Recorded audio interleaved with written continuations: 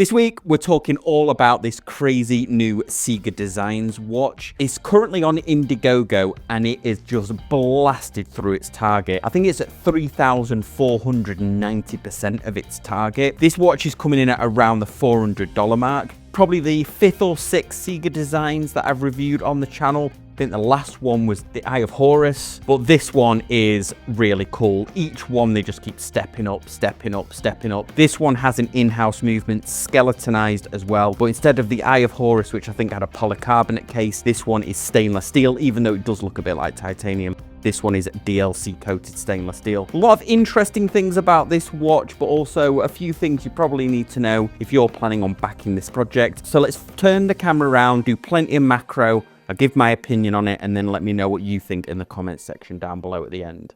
As with the previous CIGA Design watches that we reviewed on the channel, this also comes in the book style case or box, outer slip cover, and then it really does open up as if it is a book, which I think is really cool. So first page, you've got a bit of information about the background of the watch, and then as we go to the second page here, a bit more about the design, the movement, the craftsmanship, and then we can see the watch peeking through here. But before we get to that, let's just take a quick look on the back cover. You open it up and it's got some of the design awards, the Red Dot Awards, which I don't think I've ever seen them online. Maybe there is a video of those Red Dot Awards. You can see a couple of the other design awards, but the big one here, the GPHG award that they won for the, I believe it was the Blue Planet watch. When you go through to this second page or the third page, you then get the full watch, the full view of the watch there. The only problem, of course, is once you assemble the watch, you can't really use this case again to store the watch in. Take a good old look at this watch now. So this is the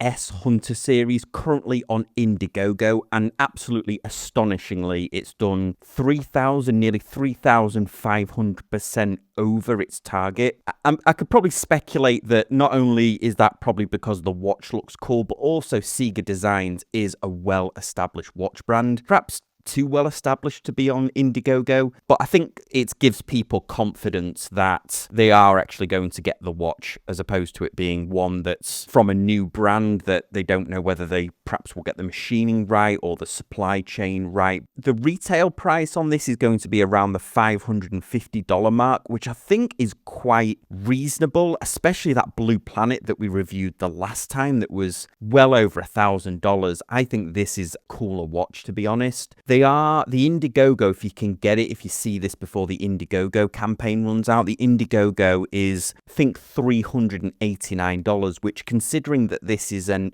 in-house skeletonized movement, I think that's an absolute bargain. The watch has a CNC cut-out case. This does look like it is titanium, but it isn't titanium. I first thought it was titanium by the color. But this is a DLC coating. I think, in fact, all of the models, the black one, the silver one, and then this one, are all DLC coated, which means it's got that diamond-like hardened coating on it. This one probably is coated to make it look a little bit like titanium, because it absolutely does. So if you like that grayness of titanium, then you're going to really like this one. They did give me a choice, and to be honest, this was my favorite one. There isn't a micro adjust on this bracelet. I'm noticing it now we get it out of the case, but it does have the quick release spring bars, so we can get it on and off the watch. 22mm lug width, so we'll try it on one of these Canadian strap mill leather straps, and then I've also got one of these nylon Canadian strap mill straps as well, so you can get an idea of what it might look like. I won't put it on a NATO because obviously it's a skeletonized watch, and that part of having a skeletonized watch is so you can see your arm hairs pressed up against it when it's on your wrist. But a really cool, I mean, first impressions are, how cool is that? Let's put it on the bracelets. This DLC coating is picking up my fingerprints as well, so apologies about that. Watch lug to lug is 48mm with a 43 case size, and then a thickness of 12.1mm, which I think is pretty good considering it's got a skeletonized movement. There is a mineral crystal on the back, sapphire on the front, and it's using their in house caliber, the CD07, a skeletonized movement. This is 28,800 vibrations per hour. The watch has a 30-meter water resistance, so it's not got a ton of water resistance. Hand winding, see the second hand starting to go around there. What's really interesting about it is the rotor on the back is more of an anchor than it is a traditional rotor that we would see. I guess that's so it doesn't obscure the movement, so that you can see straight through the case. But that is interesting. I wonder whether the anchor movement is any less efficient than a standard rotor. Maybe. I can't expect it is, but that's something to that's quite interesting. These facets are cut, CNC cut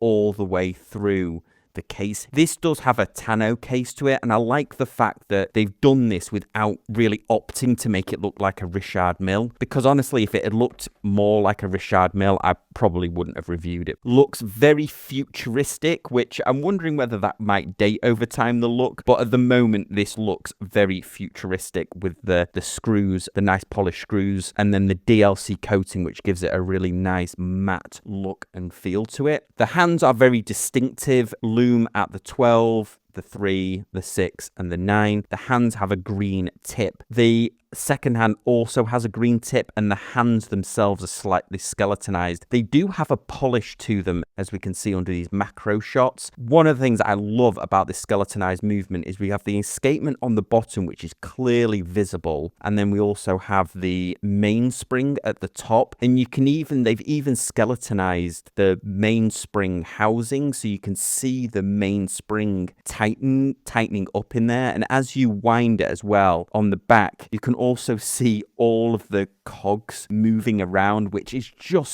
such a cool look. And they've kept everything suspended in this cross section in the center. They've kept it all away from the outer edges of the watch itself, so it really looks like it's suspended in there. Very distinctive, so of course not for everyone. Does feel like a very high quality watch. Let's adjust this watch now for my 7.2-inch wrist. I know Gary over at I Like Watches that did an excellent review of this watch as well. He struggled because there was no half links, only full links to get it to wear nicely on his wrist. I suspect I might have the same problem because I'm usually between links, and it's a shame that there is no half links or micro adjust. Let's try it on the wrist. So I've guesstimated now that this is the right fit for me. Okay, I think I got lucky there. This actually does fit me. This is how I like to wear my watches. Just a little bit of give, not too tight. It actually feels... I thought it was going to feel quite heavy because the head of the watch seemed heavy when I pulled it out of the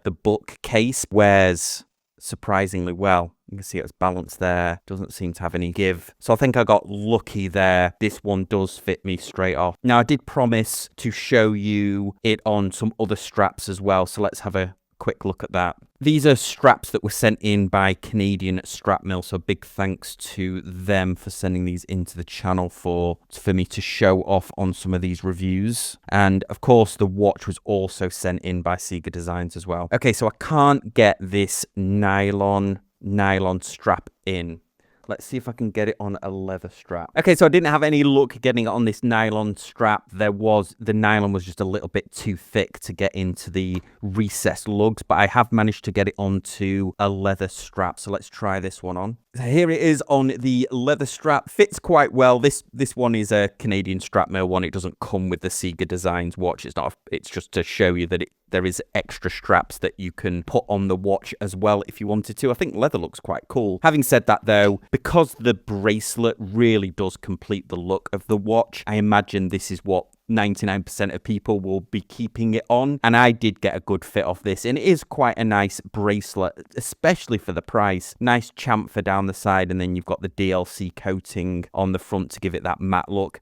Only little concern is just how thick the DLC coating is, because you can see it on the link end. You can sort of see that it is faded. Maybe that's on purpose because of the articulation there, but just something to note. Only thing left to do before we wrap this up is the loom shot. Here you can see the loom shot. It's maybe could do with being a little bit better. It's not Seiko level loom. There was the loom shot. The last thing to do is just go over a quick pros and cons so you can decide whether this watch is right for you. The pros, I would definitely say the price is, if you can get it for under $400, the price is awesome. I think even at $549, you won't feel like you've overpaid for this watch. Big pro is the very distinctive look of the watch. They've gone all in on the design, complements the bracelet very nicely. It's beautifully balanced on the wrist. You're never going to get bored of looking at this watch, seeing the balance wheel going there, seeing the mainspring, and then on the back as you wind the watch, seeing all the cogs move. It does have a very distinctive look to it. It also winds beautifully as well, so there's a lot of work that's obviously gone into that in-house movement. Also, a big pro is the fact that they've used sapphire on the front. There were the pros. Now, let's get to the cons.